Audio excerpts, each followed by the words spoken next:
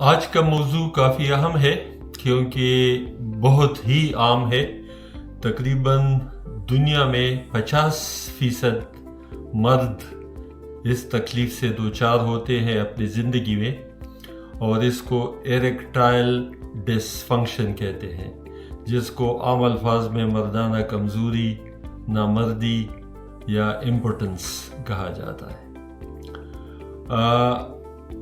میرے تجربے کے لحاظ سے اگر میں سمجھوں تو یہ ایک بیماری نہیں ہے، یہ ایک فطری عمل ہے جس کا تعلق اپنے جسمانی صحت مندی سے ہے، اپنی ذہنی صحت مندی سے ہے، اور اگر آپ ان چیزوں میں فرق ہو تو سارے اس سے اثر پڑتا ہے۔ جنسی عمل کے لیے بہت ضروری ہے کہ آپ کی صحت ٹھیک ہو، آپ کی ذہنی حالت ٹھیک ہو، تو پھر جنسی عمل شروع ہوتا ہے۔ تھوڑا میں یہ سمجھاؤں کہ جنس کے لیے کیا ضروری ہے۔ اگر جنسی خواہش پیدا ہو جائے تو جسم میں ایک ہارمون ہے یا کیمیکل ہے، اس کو نائٹرک آکسائڈ کہتے ہیں، وہ خارج ہوتا ہے، وہ اعلی تناسل میں خون کے رگے کو پھیلا دیتا ہے، اس میں خون زیادہ چلا جاتا ہے، جس میں عضو تناسل میں سختی آ جاتی ہے اور جنسی عمل کو انجام ہو جاتا ہے۔ اب یہ ہے کہ اگر ان چیزوں میں کہیں بھی فرق ہو تو یہ پرابلم بڑھ جاتی ہے، خاص کر ہمارے علاقوں میں جہاں پہ جنسی تعلیم بالکل ہے ہی نہیں، لوگوں میں ہر وقت پریشانی ہوتی ہے، اس میں جنسی کارکردگی کے لیے ہمیشہ شک ہوتا ہے۔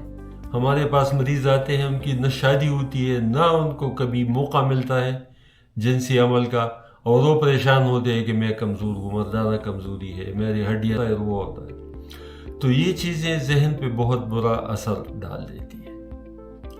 اس کے جنسی کمزوری یا مردانہ کمزوری کے 3 قسمیں ہوتے ہیں۔ ایک تو یہ ہوتا ہے کہ اس کا خواہش ہی نہیں ہوتی، مطلب کہ جنس کو خواہش آتی نہیں۔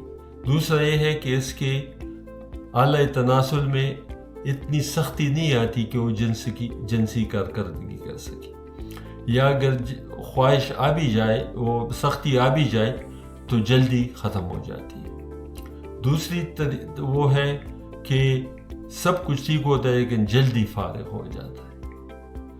اور تیسرا یہ ہوتا ہے کہ اس سچویشنل ہوتا ہے، کبھی ٹھیک ہوتا ہے کبھی نہیں ہوتا۔ تو یہ چیزیں بہت ضروری ہے کہ مریض کو پورے کا پورا پتہ ہو کہ اس کا بیسک بنیادی فرق کیا ہے۔ اگر کوئی شادی شدہ ہو اور اس نے کبھی بھی وہ جنسی عمل پرفارم نہ کیا ہو تو یہ پھر بیماری ہو سکتی ہے، اور اس کا پتہ لگانا چاہیے، اور اس کے بارے میں بتاؤں گا کہ کیا ہے۔ دوسری یہ ہے کہ وہ پہلے ٹھیک تھا لیکن بعد میں پرابلم ہو گئی۔ تیسرا جو ہے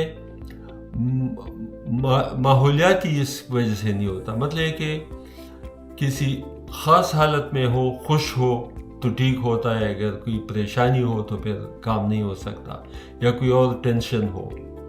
اکثر لوگوں میں یہ ہوتا ہے کہ اس کے اپنے ازدواجی تعلقات ٹھیک نہیں ہوتی، اس کے اپنی بیوی سے صحیح طور پہ کمیونیکیشن نہ ہو، شاید اس میں کوئی پرابلم ہو، اپنی مرضی سے شادی نہ کی ہو، یا زبردستی شادی کر دی ہو، یا بیوی پسند نہ ہو، تو ان سب چیزوں کا اثر پڑتا ہے۔ اللہ تعالیٰ نے ہر ایک کا اپنا نظام رکھا ہے، تو کوشش کرے کہ اپنا نظام درست کرے، کیونکہ اس کا ذہن سے بہت ہی تعلق ہوتا ہے۔ تقریباً 90% چیزیں جو ہوتی ہیں یہ مردانہ کمزوری کی وجہ کوئی بھی وجہ نہیں ہوتا، مریض میں کوئی بھی فرق نہیں پڑتا، وہ ایک بیہیویئرل پرابلم ہے، اس کا جو پرسیپشن ہوتا ہے وہ غلط ہوتا ہے، جس کی وجہ سے وہ کارکردگی اس کی ٹھیک نہیں ہوتی۔ باقی 10% میں جو چیزیں ہیں اس میں شوگر سب سے زیادہ ہے، شوگر کے مریض، دل کے مریض، بلڈ پریشر کے مریض، موٹاپے کے مریض،